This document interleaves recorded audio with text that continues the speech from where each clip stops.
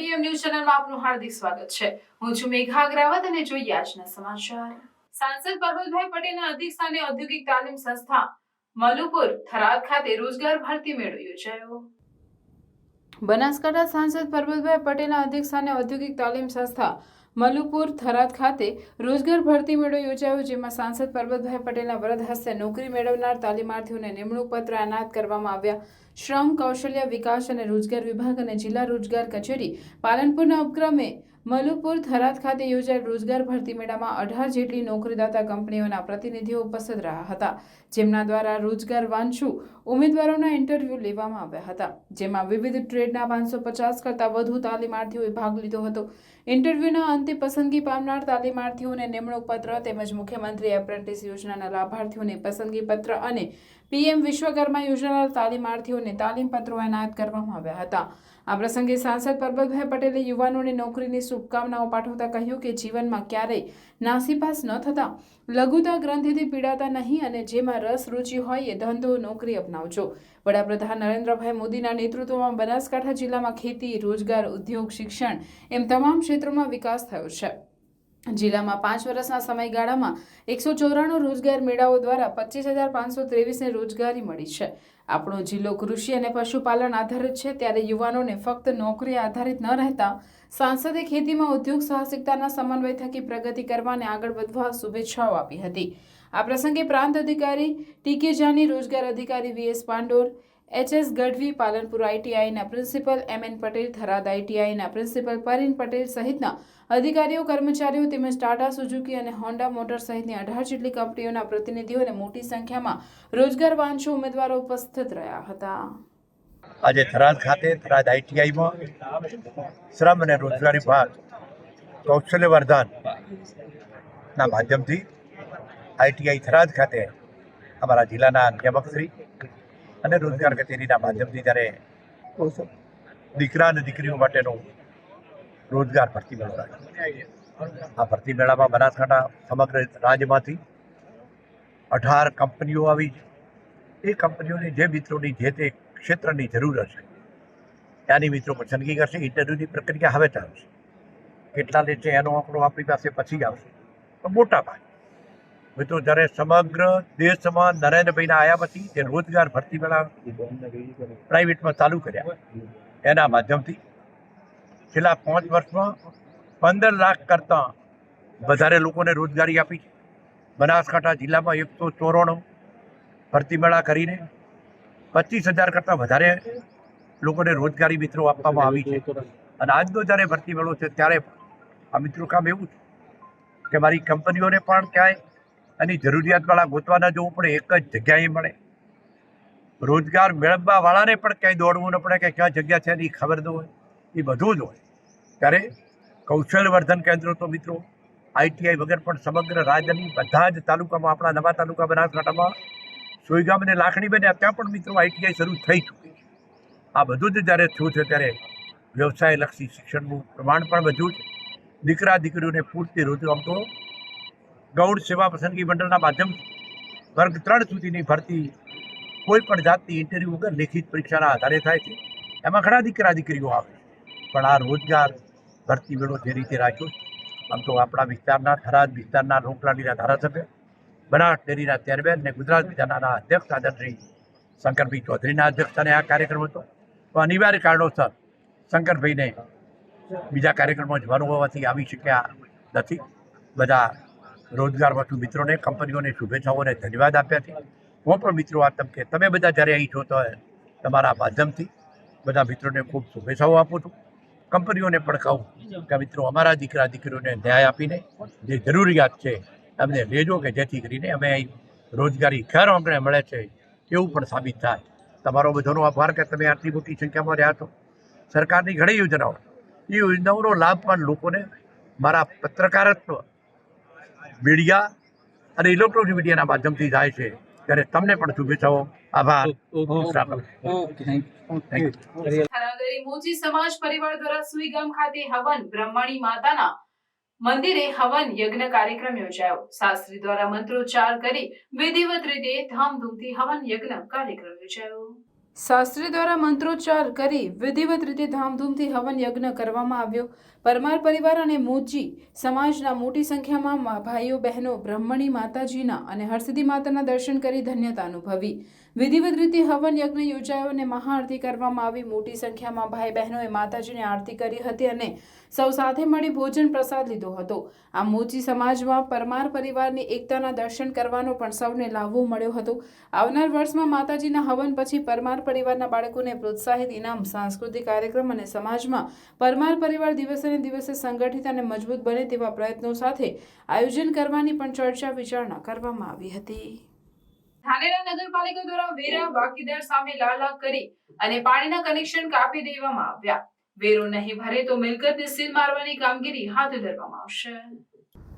વેરો નહીં ભરો તો મિલકતને સીલ મારવાની કામગીરી હાથ ધરવામાં આવશે. ઘણા વર્ષથી ધાનેરા નગરપાલિકાનો વેરો અનેક લોકો ભરતા નથી, ત્યારે વર્ષોને વર્ષો વેરો વધી જાય છે અને રકમ મોટી થઈ જાય છે. ત્યારે આ વર્ષે ધાનેરામાં અનેક બાકીદારો છે જે વેરો નથી ભર્યો.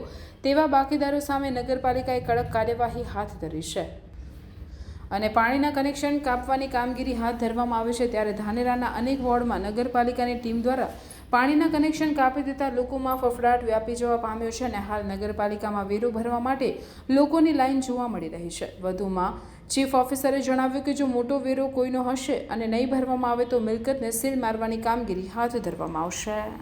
ધાનેરા તાલુકાના વાલેર ધામે ગુજરાત વિધાનસભાના અધ્યક્ષ શંકરભાઈ ચૌધરીએ સુંદરપુરી મહારાજના દર્શન કર્યા. વાલેર ધામે મોટી સંખ્યામાં લોકો ઉપસ્થિત રહ્યા. વાલેરા ધામે મોટી સંખ્યામાં લોકો ઉપસ્થિત રહ્યા. શંકરભાઈ ચૌધરીએ લોકોને સાચી દિશામાં ચાલવાની વાત કરી. બનાસ ડેરીના સ્થાપક ગલબા કાકાને ઋણ અદા કરવાનો સમય આવ્યો. વાલેર ધામે વિધાનસભાના અધ્યક્ષ શંકરભાઈ ચૌધરી સુંદરપુરી મહારાજના દર્શન કરવા આવવાના હોવાથી ધાનેરા ધારાસભ્ય માવજીભાઈ દેસાઈ તેમજ જોઈતાભાઈ પટેલ, સવસીભાઈ પટેલ તથા વિરલભાઈ પટેલ, જયેશભાઈ દરજી તથા વસંતભાઈ પુરોહિત તેમજ પહાડસિંહ તથા દિનેશભાઈ પટેલ, બાબુભાઈ રાયગોર તેમજ આગેવાનો અને અનેક ગામમાંથી મોટી સંખ્યામાં વડીલો અને આગેવાનો ઉપસ્થિત રહ્યા હતા. અને આવેલ તમામ મહેમાનો અને આગેવાનોનું મહંત સુખપુરી મહારાજે પાઘડી પહેરાવી સન્માન કર્યું હતું અને આશીર્વાદ આપ્યા હતા. અને જોઈતાભાઈ પટેલે જણાવ્યું હતું કે ભાજપના ઉમેદવાર રેખાબેનને વિજય બનાવી ગલબા કાકાનું ઋણ ચૂકવી તેવી વાત કરી હતી. અને માવજીભાઈ દેસાઈએ જણાવ્યું હતું કે ધાનેરામાં પાણી, જીઆરડીસી તેમજ અનેક વિકાસના કામો કર્યા છે. તેથી મોદી સાહેબના હાથ મજબૂત કરવા રેખાબેનને 5 લાખ મતોથી વિજય બનાવી દિલ્હી મોકલવાની વાત કરી હતી, જેથી બાકી રહેલા કામો તાત્કાલિક પૂર્ણ કરી શકીએ. આ મોટી સંખ્યામાં વાલેર ધામે સુંદરપુરીના દર્શન કરવા લોકોનું માનવ મહેરામણ ઉમટ્યું હતું. આજના પ્રસંગે સાહેબ પ્રતિષ્ઠા વખતે આમંત્રણ આપ્યું હતું. ત્યાં પધારવાની પણ આ પાડીની પણ સાહેબને બીજું કામ આવ્યું એટલે એ વખતે સાહેબ શંકરભાઈ સાહેબ પધારી શક્યા નહોતા. એટલે આજે ભગવાનના દર્શન કરવા અને આપ સૌના આશીર્વાદ લેવા માટે સાહેબ પણ પધાર્યા છે. આ પ્રસંગે પૂરતો ધાર્મિક પ્રસંગ છે, ધાર્મિક સ્થળ છે એટલે મુસ્લિમની બાબતી કે વાત ન થાય, પણ વાત એટલી છે કે ગલબાભાઈ જે આપણા ડેરીના આદ્ય સ્થાપક હતા, એમની પોતરીને ભારતીય જનતા પાર્ટીની ટિકિટ મળી છે. ગલબાભાઈએ આજીવન ભેગધારી અને બનાસકાંઠાની ખૂબ સેવા કરી છે, તો એમને સાચી શ્રદ્ધાંજલિ આપવા માટે ગલબાભાઈને આપણે ભારતીય જનતા પાર્ટીના ઉમેદવાર રેખાબેન ચૌધરીને પણ મદદ કરવાની વિનંતી સાથે સાથે કરીએ છીએ. આપ સર્વના દર્શન કર્યા અને બોલવાની તક આપી એ બદલ બાપજીનો અને આપ સૌનો આભાર. રામ રામ, જય હિન્દ, ધન્યવાદ. બોલો સુંદરપુરી મહારાજ. એક પવિત્ર તપની ભૂમિ ઉપર વંદનીય 1008 સુખપુરી બાપજીના સાનિધ્યમાં આજે પવિત્ર પ્રસંગે મને અહીંયા આપ સૌના દર્શનનો લાભ મળ્યો. સુંદરપુરી બાપજીની સમાધિ અને જ્યોતના પણ દર્શન કરવાનું મને સદભાગ્ય મળ્યું. વંદનીય બાપજી આપણા વિસ્તારમાં લોકપ્રિય ધારાસભ્ય, મારા મિત્ર માન્ય શ્રી માવજીભાઈ દેસાઈ, આપણા વંદનીય બાપજી બંને જેકે સાહેબ, વસંતભાઈ, સરસીભાઈ, ભગવાનભાઈ એમ બધાના નામ લઈ શકાય છે. સભાજી, મારા પાર્થસિંહભાઈ, પૂરેપૂરી આગેવાનો જે કહેવાય મોટા ભાગના ધાનેરામાંથી અહીંયા ઉપસ્થિત છે. કોઈ પણ પ્રકારનું પેલું રાખ્યા સિવાય પાણીના પ્રશ્ન માટે શંકરભાઈએ આપણા ધાનેરા માટે મદદ કરી. તો મને લાગે કે બાપજીની મારી ફરજ થાય છે અને તમે એટલા પ્રેમ અને લાગણીથી એ વાતની રજૂઆત કરી હતી કે ગમે એમ કરી જેટલું થરાદ માટેની પાઇપલાઇનનો ગોઠવતા હોય તો આપણું ભેગા ભેગું ધાનેરાનું પણ કરવું છે. તમારા ગામમાં ભરી ગઈ છે.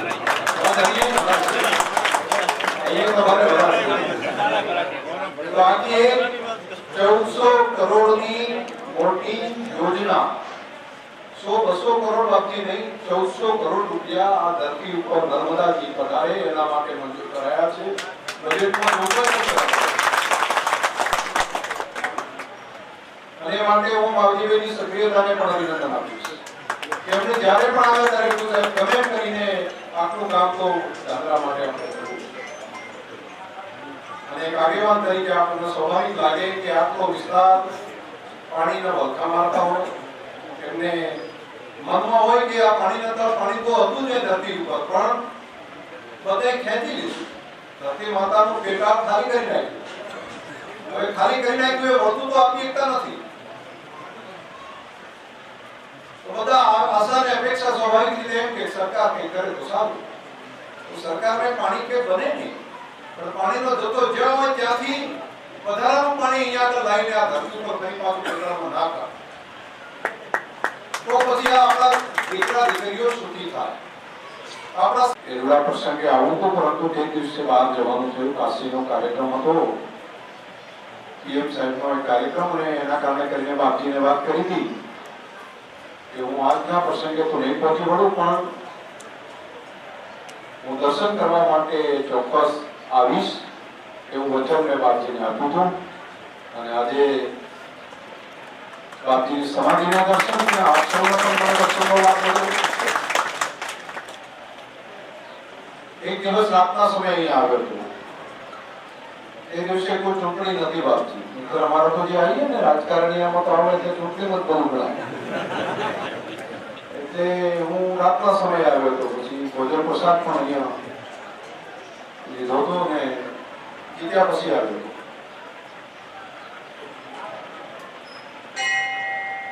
એ દિવસે સાંજનો સમય હતો ત્યારે જયંતી બેને એમને પણ વચ્ચે મળવાનું મારે થયું હતું. ઠાકોર સમાજના આગેવાન છે, પણ પછી નીકળી જવાનું હતું. રાત્રે ભોજન પ્રસાદ બાપજીએ કરાવ્યું ને દર્શન કરીને દીધું. પણ તે દિવસથી મનમાં તો હતું પ્રસંગ નિમિત્તે તો પણ આવવાનું મન થતું હતું, પણ બાપજીએ તો આજે મોટો મેળાવડો કરી નાખ્યો. મને તો એમ હતું હું દર્શન કરવા આવું છું. આજે તો એવડો મોટો રાવણો આ બાપજીનો પ્રેમ અને લાગણી, પ્રેમ અને લાગણી બધાનું હું હૃદયથી ખૂબ ખૂબ વંદન કરું છું. ધર્મ રક્ષો રક્ષિત, ધર્મનું જે રક્ષણ કરે ધર્મ એનું રક્ષા કરે. પાલનપુરની ગ્રામ વિકાસ એજન્સીની કચેરી આગળ કારમાં આગ લાગી. ગ્રામ વિકાસ એજન્સી આગળ પાર્ક કરેલ કારમાં અચાનક આગ લાગી. કારમાં આગ લાગતા અફરાતફરી મચી. સ્થાનિક લોકોને ગ્રામ વિકાસ એજન્સીના કર્મચારીઓ ફાયર સેફટીની બોટલો અને પાણીનો મારો ચલાવી આગ ઉપર કાબુ મેળવવાનો પ્રયાસ કર્યો. આગ ન બુઝાતા આગમાં કાર બળીને ખાખ થઈ. પાલનપુર પાલિકાના ફાયર ફાઈટરે પાણીનો મારો ચલાવી આગ ઉપર કાબુ મેળવ્યો. ઘટના સ્થળે લોકોના ટોળે ટોળા ઉમટ્યા. કારમાં આગ લાગવાનું કારણ હજુ અકબંધ. પાલનપુરના વીરપુર પાટે નજીક ધરોઈ પાણીની પાઇપલાઇનમાં ભંગાણ સર્જાયું. ધરોઈની મુખ્ય પાઇપલાઇનમાં ભંગાણ સર્જાતા લાખો લીટર પાણીનો વેડફાટ. પાઇપનું હવાયું તૂટી જતા 20 ફૂટ ઊંચા ઉડી રહ્યા છે પાણીના ફુવારા. મેન્ટેનન્સના અભાવે પાઇપનું હવાયું તૂટ્યું હોવાનું સ્થાનિકોમાં ચર્ચા.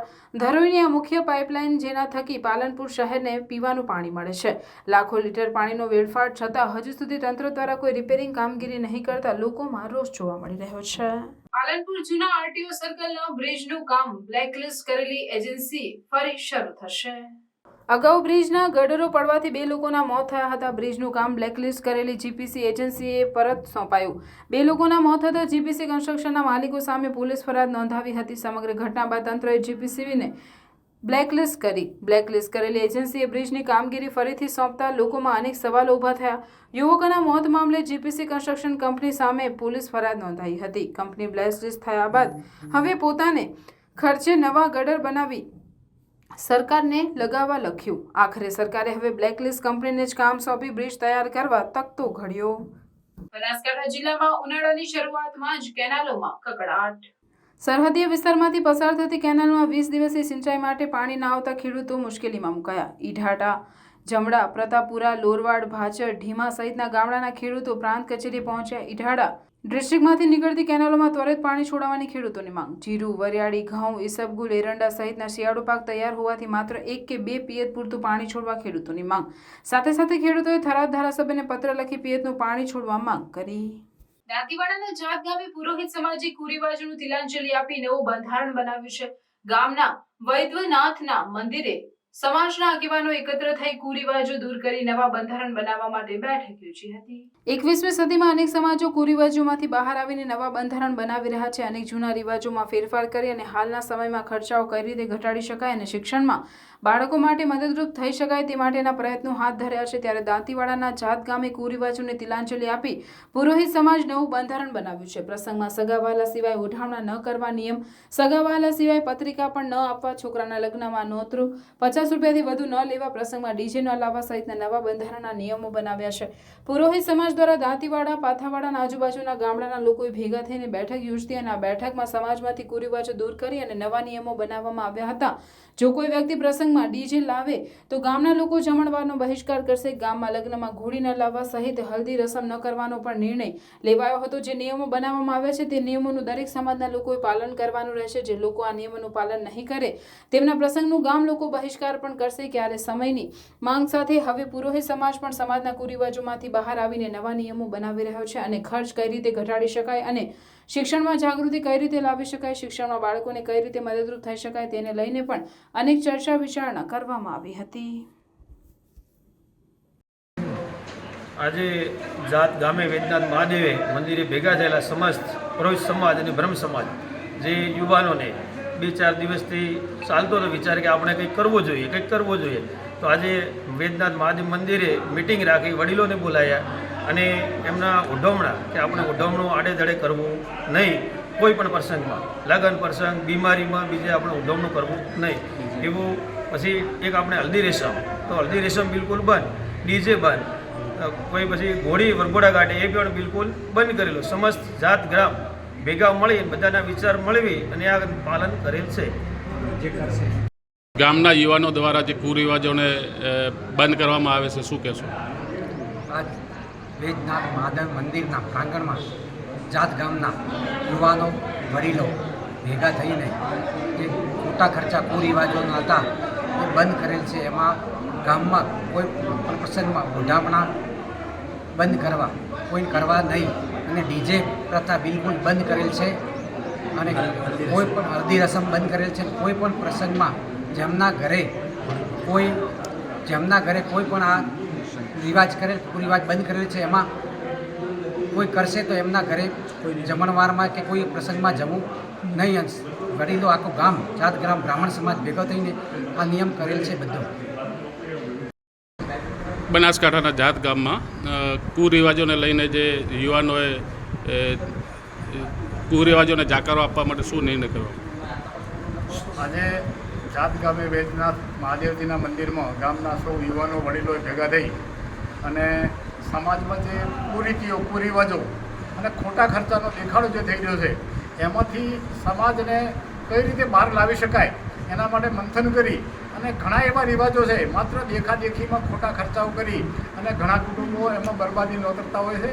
એમાંથી સમાજ કઈ રીતે બચી શકે, ગામમાં દરેકના માટે સારા નિયમો બનાવીને કુરિવાજોમાંથી બહાર નીકળે, એનું જીવન સુખરૂપ કઈ રીતે બને એવી દરેક યુવા મિત્રોએ ભેગા થઈ ચર્ચા કરી વડીલોની હાજરીમાં અને એમણે બધાએ પ્રતિજ્ઞા કરી કે જે ખોટા દેખાડાના નિયમો છે અને એમાંથી જે ઘણા કુટુંબો બરબાદ થાય છે એમાંથી સમાજને, ગામને બચાવવા માટે આજે નિર્ણયો કર્યા છે. બધાએ પ્રતિજ્ઞાપૂર્વક નક્કી કર્યું છે કે આ નિયમોનું આપણે ચુસ્તપણે પાલન કરવાનું, અને જે કુટુંબ આનું પાલન નહીં કરે એ કુટુંબના ત્યાં કોઈ પ્રસંગમાં અમે હાજરી પણ આપશું નહીં. આવો સુંદર નિર્ણય કર્યો છે એ બદલ ગામના સૌ યુવાનોને અભિનંદન, અને વડીલોના આશીર્વાદ પણ સાથે રહેશે તો બધા વડીલોએ પણ આમાં સાથ સહકાર આપી યુવાનોને પ્રોત્સાહન પૂરું પાડ્યું છે એ બદલ સૌ વડીલોનો પણ ખૂબ ખૂબ આભાર. થરાદ નગરપાલિકા ફાયર વિભાગમાં મહિલા કર્મચારીઓ હવે આગ સામે બાથ ભીડશે.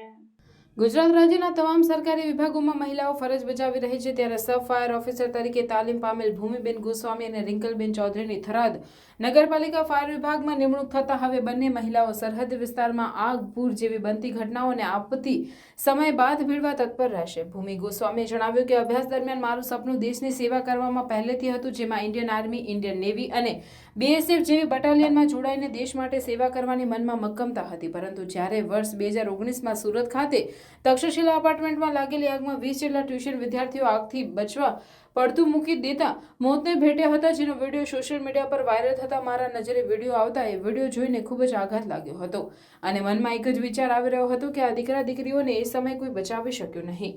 ત્યારથી મને એવું થવા લાગ્યું હતું ફાયર વિભાગમાં કામ કરવાની તક કેવી રીતે મળે. ત્યારે મારા પિતાજીની પ્રેરણા અને માર્ગદર્શનથી મહેસાણા અમદાવાદ હાઈવે પર આવેલ ગણેશપુરા ખાતે ડેર ઇન્ડિયા ફાયર કોલેજ ખાતે એડમિશન મેળવી 6 માસની તાલીમ પૂર્ણ કરી ઇન્ટર્નશિપ માટે JRS ફાર્મા કંપની નંદાસણ અને ઉત્તર ગુજરાતની નંબર 1 નગરપાલિકા ફાયર વિભાગ મહેસાણા ખાતે 2 માસ સુધી ઇન્ટર્નશિપ તરીકે તાલીમ મેળવી હતી. ત્યારબાદ સ્વિમિંગ જેવી તાલીમ મેળવી એક સપનું સાકાર કરવા માટેનું મારું મનોબળ હતું. ત્યારે થરાદ નગરપાલિકા દ્વારા ફાયર વિભાગમાં ભરતી પ્રક્રિયાની જાહેરાત કરવામાં આવતા ઇન્ટરવ્યુમાં પાસ થતા થરાદ નગરપાલિકા ફાયર વિભાગમાં હું અને રિંકલ ચૌધરીની બનાસકાંઠા સાંસદ પરબતભાઈ પટેલના વરદ હસ્તે અમને નિમણૂક પત્ર એનાયત કરવામાં આવતા વિધાનસભા અધ્યક્ષ અને થરાદ ધારાસભ્ય શંકરભાઈ ચૌધરી તેમજ બનાસકાંઠા સાંસદ પરબતભાઈ પટેલ અને ગુજરાત સરકારનો ખૂબ ખૂબ આભાર વ્યક્ત કરું છું, જેથી મારા પરિવારમાં હર્ષની લાગણી જોવા મળી રહી છે.